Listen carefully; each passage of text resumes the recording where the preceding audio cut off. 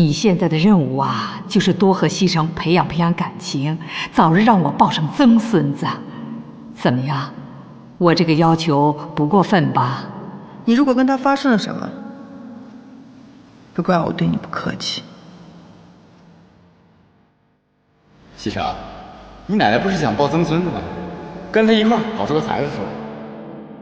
在我们乡下，女人只要有了孩子，啥都管不上你了。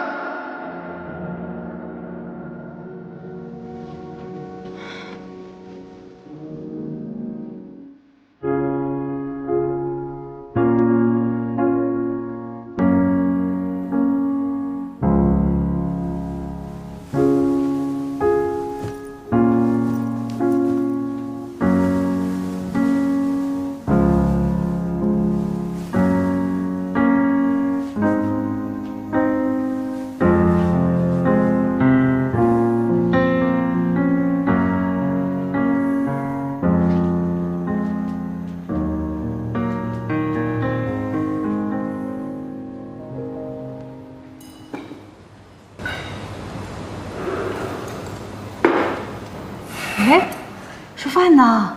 愣着干什么呢？啊？奶奶，我不想吃，我去上班了。哎，星星啊，你们俩是怎么了？没怎么样。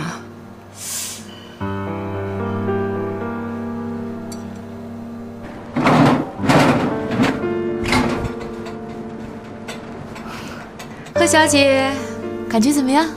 我感觉伤口有点痒，医生，我到底什么时候才能恢复啊？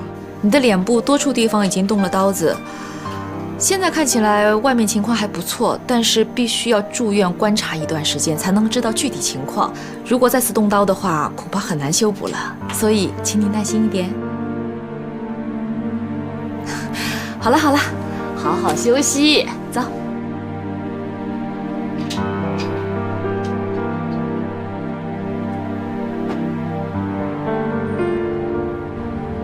咱们顾总好帅呀，又年轻，还有这么大个神农集团。我倒是觉得他就是金玉其外。要我选吧，我倒觉得咱们副总还不错，就是家境差了点儿，但是人年轻有为的，长得又帅，是我喜欢的类型。那有什么用？再有能力，不还是给人家打工的吗？要我说呀，人再有本事都不如命好。你看咱们顾总，那可是含着金汤匙出生的。我要出生在这样的家里啊，就什么都不用想了，光花钱就行了。我还是觉得吧，个人能力最重要。常副总也就是差在了出身上。